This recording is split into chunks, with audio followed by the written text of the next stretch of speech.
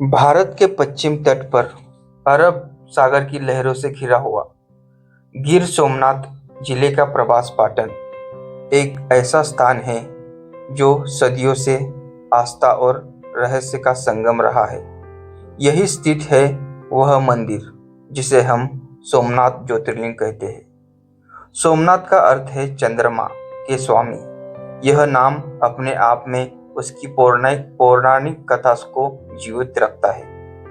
कथा कहती है कि चंद्रमा सोम ने दक्ष प्रजापति की 27 कन्याओं से विवाह किया था।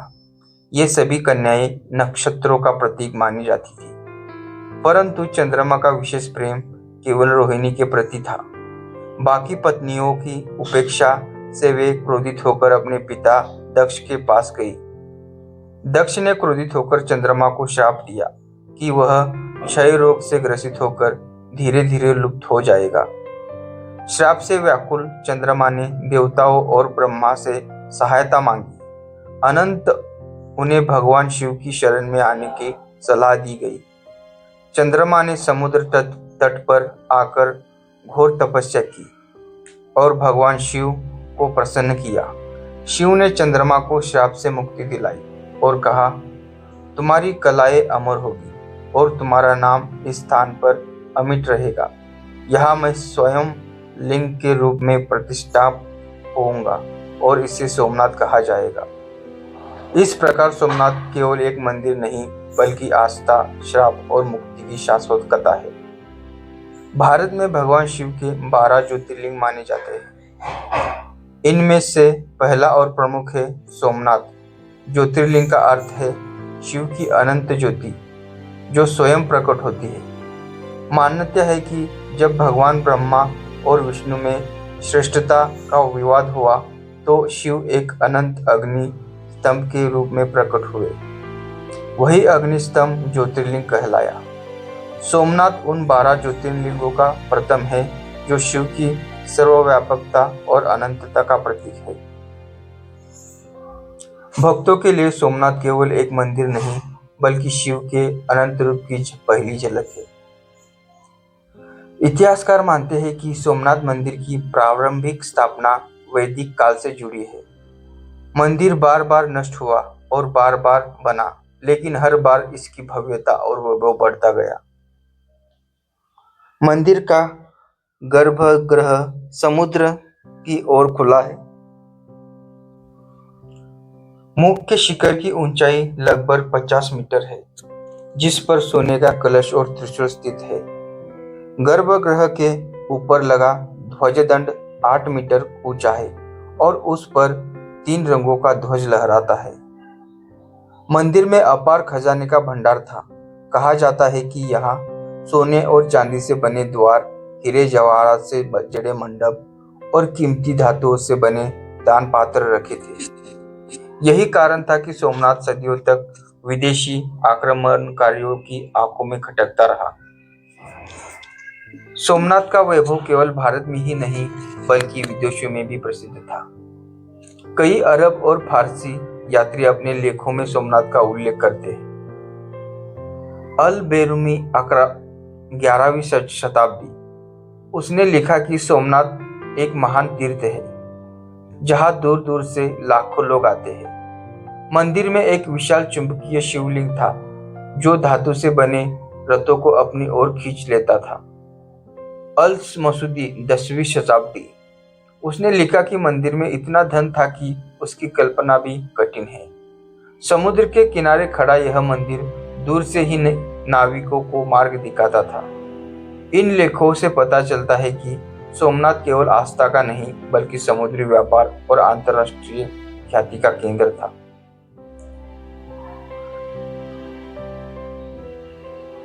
भारत की धरती सदियों से देवताओं, ऋषियों और महान राजाओं की कथाओं से भरी पड़ी है। हर कोने में कोई न कोई ऐसी कथा जीवित है जो उस क्षेत्र को धार्मिक और सांस्कृतिक रूप से अनोखा बनाती है। गुजरात के गिर सोमनाथ जिले का प्रभास पाटन ऐसा ही स्थान है जहां लहरों के शोर में इतिहास और आस्था का मिलन होता है। यही स्थित है सोमनाथ ज्योतिर्लिंग। भगवान शिव का पहला और सबसे पूज्य स्थान। सोम और दक्ष प्रजापति की कथा। कहानी की शुरुआत होती है चंद्रमा से। चंद्रमा ने दक्ष प्रजापति की 27 कन्याओं से विवाह किया। ये 27 कन्याएं वास्तव में 27 नक्षत्रों का प्रतिनिधित्व करती है, लेकिन चंद्रमा का विशेष स्नेह केवल रोहिणी के प्रति था। अन्य पत्नियां उपेक्षा का अनुभव करने लगी और उन्होंने अपने पिता दक्ष प्रजापति से शिकायत की। क्रोधित होकर दक्ष ने सोम को श्राप दिया, तुम क्षीण हो जाओगे, धीरे धीरे तुम्हारा तेज घटेगा और तुम रोगग्रस्त होकर नष्ट हो जाओगे। श्राप से व्याकुल चंद्रमा ने ब्रह्मा, विष्णु और अन्य देवताओं से मदद मांगी। सबने एक ही उपाय बताया, भगवान शिव की शरण। चंद्रमा समुद्र के किनारे प्रभास पाटन पहुंचे और कठोर तपस्या की। कहा जाता है कि वर्षों तक उन्होंने केवल जल और वायु पर जीवित रहकर ध्यान किया। शिव प्रसन्न हुए और उन्होंने चंद्रमा से कहा, हे सोम, तुम्हारा श्राप पूर्णतः नष्ट नहीं होगा, परंतु मैं तुम्हें अपनी शरण में लेता हूँ। तुम्हारा क्षय होगा पर तुम पुनः बढ़ोगे भी। इस प्रकार संसार चंद्रमा के क्षय और वर्धन को देखेगा और इस स्थान पर मैं स्वयं लिंग रूप में प्रकट रहूंगा। यह स्थान कहलाएगा सोमनाथ। यही कारण है कि यह मंदिर केवल एक धार्मिक स्थल नहीं बल्कि श्राप और मुक्ति की गाथा का जीवित प्रतीक है। भारत में भगवान शिव के 12 ज्योतिर्लिंग माने जाते हैं। इनमें पहला और सबसे प्राचीन है सोमनाथ। ज्योतिर्लिंग का अर्थ वह स्थान जहाँ शिव स्वयं अग्नि ज्योति के रूप में प्रकट हुए। किंवदंती कहती है कि एक बार ब्रह्मा और विष्णु के बीच श्रेष्ठता का विवाद हुआ। तभी शिव ने एक अनंत अग्निस्तंभ के रूप में प्रकट होकर दोनों को उनकी सीमाएं दिखाई। वही अग्निस्तंभ आगे चलकर ज्योतिर्लिंग कहलाया। सोमनाथ को प्रथम ज्योतिर्लिंग कहा जाता है क्योंकि यह शिव की अनंतता का पहला प्रतीक है। यहाँ आने वाले भक्त मानते हैं कि इस ज्योतिर्लिंग के दर्शन से मनुष्य के सभी पाप मिट जाते हैं। यहाँ की पूजा से चंद्रमा की कृपा मिलती है और मानसिक शांति प्राप्त होती है। यह स्थान जन्म मरण के चक्र से मुक्ति दिलाने वाला है। सोमनाथ मंदिर की वास्तुकला अपने आप में अद्भुत है। इतिहासकारों का मानना है कि इसकी नींव वैदिक काल में ही रखी गई थी। बाद में गुप्त काल, चालुक्य काल, सोलंकी वंश और फिर आधुनिक युग में इसे कई बार पुनर्निर्मित किया गया। मंदिर का मुख्य शिखर 50 मीटर ऊंचा है। शिखर पर सोने का कलश और उस पर भगवान शिव का त्रिशूल स्थित है। मंदिर का ध्वजदंड 8 मीटर ऊंचा है और उस पर प्रतिदिन दिन बार नया ध्वज चढ़ाया जाता है। गर्भगृह सीधे समुद्र की ओर खुला है। जब लहरें उठती है तो ऐसा लगता है जैसे समुद्र स्वयं शिव की आराधना कर रहा हो। सोमनाथ मंदिर केवल धार्मिक दृष्टि से ही नहीं बल्कि भौतिक वैभव में भी अद्वितीय था। कहा जाता है कि यहाँ सोने और चांदी से बने द्वार थे। मंदिर के मंडप हीरे और जवाहरात से सजे थे। दान के रूप में इतनी संपत्ति आती थी कि मंदिर के भंडार गृह में अनगिनत खजाने इकट्ठे हो गए। मंदिर के प्रवेश द्वार पर रखे बड़े दीप स्तंभ समुद्र में नाविकों के लिए मार्गदर्शक का नाम करते थे। यही अपार संपत्ति आगे चलकर विदेशी आक्रमणकारियों के लिए लालच का कारण बनी। सोमनाथ की ख्याति भारत तक सीमित नहीं थी। अरब और फारसी यात्रियों ने भी इसकी भव्यता का वर्णन किया। अल मसूदी शताब्दी उसने लिखा कि सोमनाथ एक ऐसा मंदिर है जहां दूर दूर से लाखों तीर्थयात्री आते हैं। यहाँ इतना धन है कि पूरे क्षेत्र को समृद्ध किया जा सकता है। समुद्र तट पर खड़ा यह मंदिर नाविकों के लिए प्रकाश स्तंभ जैसा है। 11वीं शताब्दी में प्रसिद्ध विद्वान अल बेरूनी ने सोमनाथ का विस्तृत वर्णन किया। उसने लिखा कि मंदिर में एक विशाल चुंबकीय शिवलिंग था जो धातु की वस्तुओं को अपनी ओर खींच लेता था। यहाँ प्रतिदिन हजारों लोग पूजा करने आते थे। इस विवरणों से स्पष्ट है कि सोमनाथ केवल एक मंदिर नहीं बल्कि समुद्र, व्यापार, आस्था और वैश्विक ख्याति का केंद्र था। सोमनाथ केवल मंदिर तक सीमित नहीं है, इसके चारों ओर का प्रभास क्षेत्र भी उतना ही पवित्र है।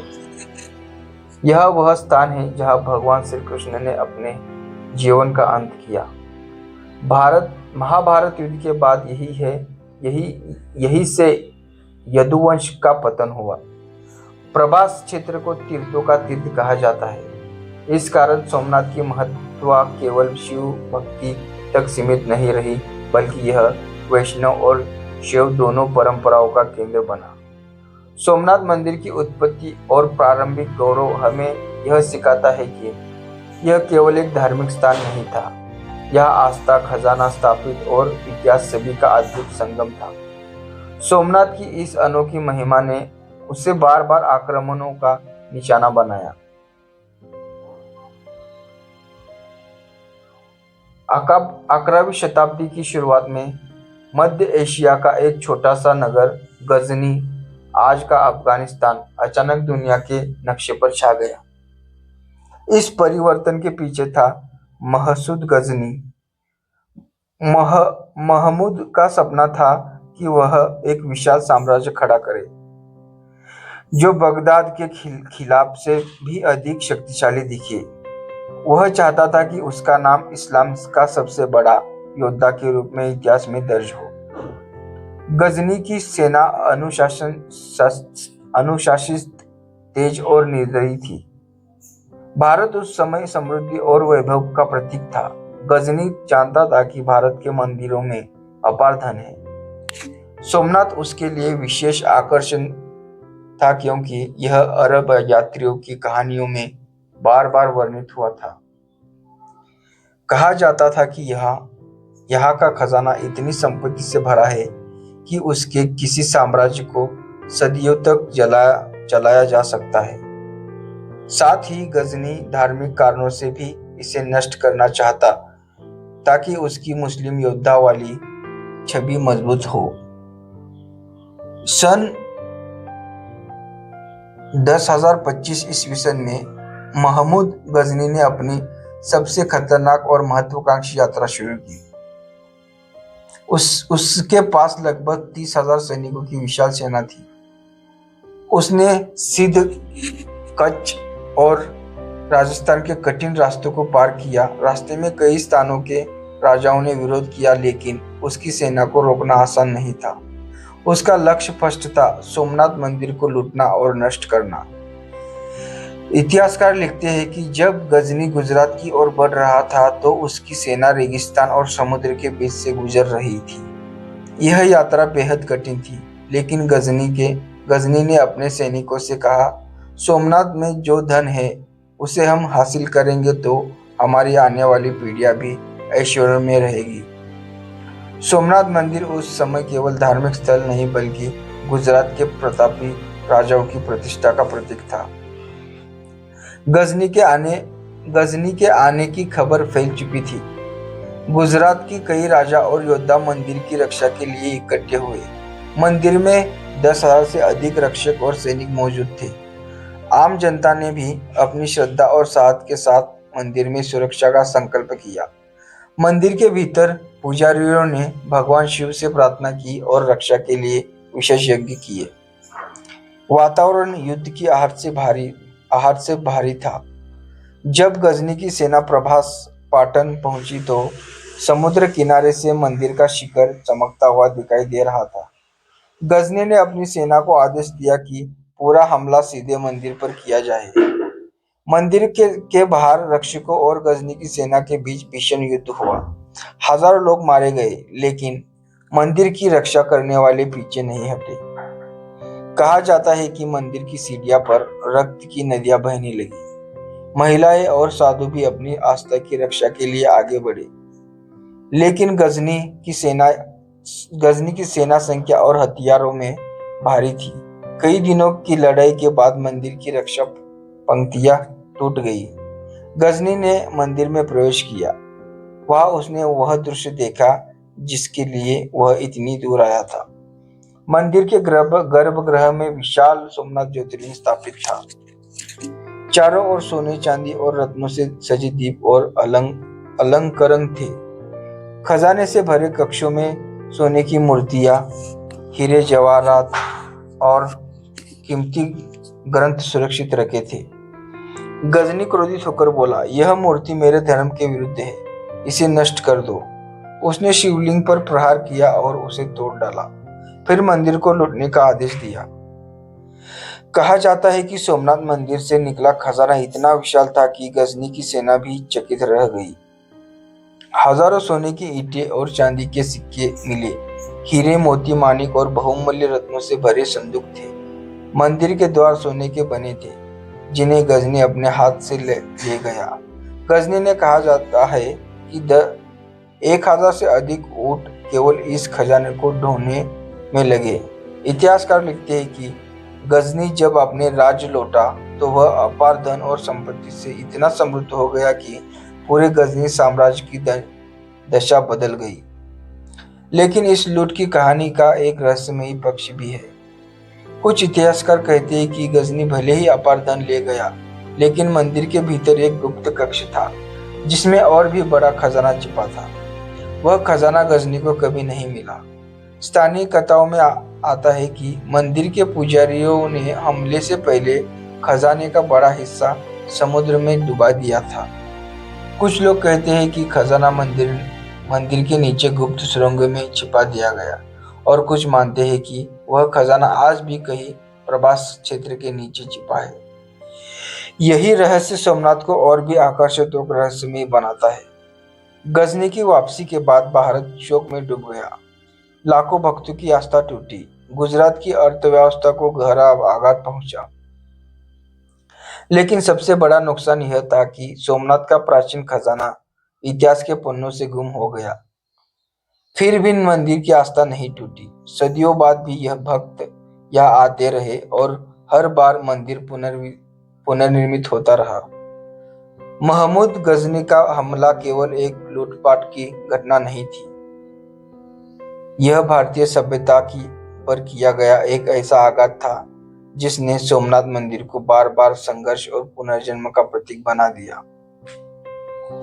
महमूद गजनी के विनाश के बाद सोमनाथ मंदिर का परिसर खंडहर में बदल चुका था। टूटा हुआ शिवलिंग, ध्वस्त दीवारें और जली हुई मूर्तियां भक्तों के हृदय को चीर रही थी।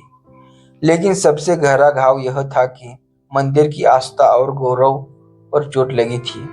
लोग मानते थे कि सोमनाथ स्वयं भगवान शिव की शक्ति है, इसलिए मंदिर भले ही टूट जाए, परंतु आस्था कभी नहीं मरेगी। गजनी के जाते ही गुजरात के स्थानीय शासकों और मंदिर के पुजारियों ने मंदिर को पुनः खड़ा करने का संकल्प लिया। कहा जाता है कि उस समय गुजरात के राजा भीमदेव प्रथम चालुक्य वंश ने मंदिर के पुनर्निर्माण की पहल की।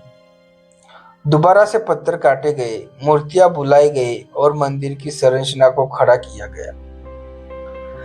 टूटा हुआ शिवलिंग भी आस्था का केंद्र बन रहा था, लेकिन यह केवल शुरुआत थी।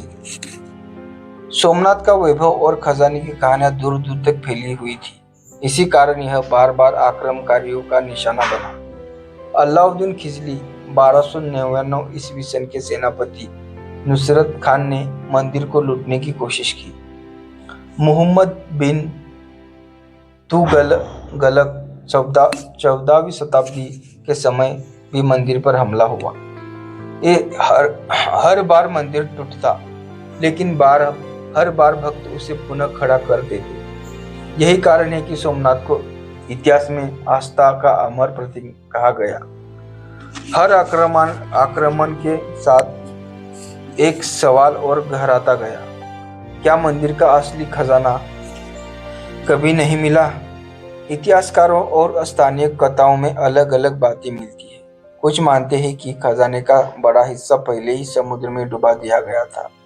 कुछ कहते हैं कि मंदिर के नीचे बने गुप्त सुरंगों में अब भी खजाना दफन है।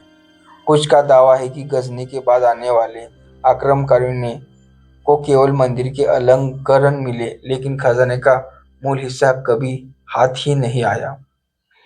आज तक यह रहस्य अनसुलझा है। जब भारत पर अंग्रेजों का शासन आया तब सोमनाथ मंदिर खंडहर व्यवस्था में खड़ा था। ब्रिटिश इतिहासकारों ने इसे देखा और इसके खजाने की कहानियों को लिखा। कुछ अंग्रेज अधिकारियों ने यह मान्यता भी दर्ज की कि सोमनाथ का खजाना आज भी कहीं गहराई में छिपा हुआ है, लेकिन ब्रिटिश सरकार ने इस पर गंभीर खोज नहीं की, क्योंकि उनके लिए भारत के संसाधनों का दोहन ही पर्याय था। भारत की आजादी के बाद सोमनाथ मंदिर का पुनर्निर्माण राष्ट्रीय गौरव का विषय बन गया। सरदार वल्लभ भाई पटेल ने 1951 में सोमनाथ मंदिर के पुनर्निर्माण की योजना बनाई। प्रधानमंत्री जवाहरलाल नेहरू इस पुनर्निर्माण में शामिल नहीं होना चाहते थे, लेकिन राष्ट्रपति डॉक्टर राजेंद्र प्रसाद ने उद्घाटन कर मंदिर को आस्था का केंद्र फिर से स्थापित किया। आधुनिक सोमनाथ मंदिर नागर शैली में बना और आज भी समुद्र किनारे वैभव के साथ खड़ा है। स्वतंत्रता के बाद और आधुनिक काल में कई बार यह दावा किया गया कि सोमनाथ के खंडहरों और समुद्र तट के नीचे खजाना छिपा हो सकता है। ASI archaeology survey of India ने भी कुछ सर्वेक्षण किए, लेकिन कोई ठोस प्रमाण अब तक सामने नहीं आया।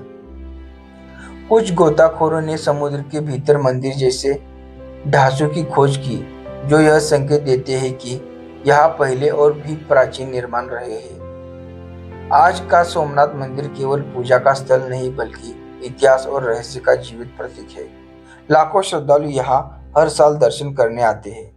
मंदिर की घंटियों और समुद्र की लहरी की आवाज भक्तों के मन को अद्भुत शांति देती है, लेकिन हर आने वाले व्यक्ति के मन में यह सवाल जरूर उठता है, क्या गुम हुआ सोमनाथ का खजाना अब भी समुद्र की गहराई में छिपा है? सोमनाथ की कहानी केवल लूट और खजाने की नहीं बल्कि आस्था, पुनर्जन्म और अमरता की गाथा है। मंदिर टूटता रहा, लूटता रहा, लेकिन हर बार नई ऊर्जा से खड़ा होता रहा। खजाना आज भी रहस्य है, शायद समुद्र की गहराई में, शायद मंदिर की धरती के नीचे, या फिर केवल लोगों की कल्पनाओं में। लेकिन एक सच हमेशा रहेगा, सोमनाथ का असली खजाना उसकी आस्था है, जो 1000 साल के संघर्षों के बाद भी जीवित है।